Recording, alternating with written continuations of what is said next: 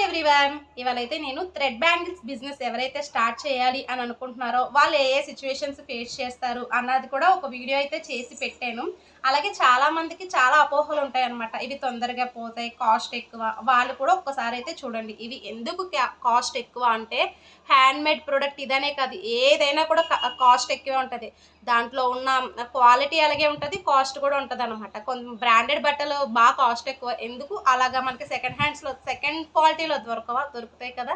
అందుకని దేనికున్న అది దానికి ఉంటుంది అనమాట. ఫర్ ఎగ్జాంపుల్ ఈ బ్యాంగిల్లో నేను 4 to 5 టైప్స్ ఆఫ్ కుందన్స్ అయితే వాడాను.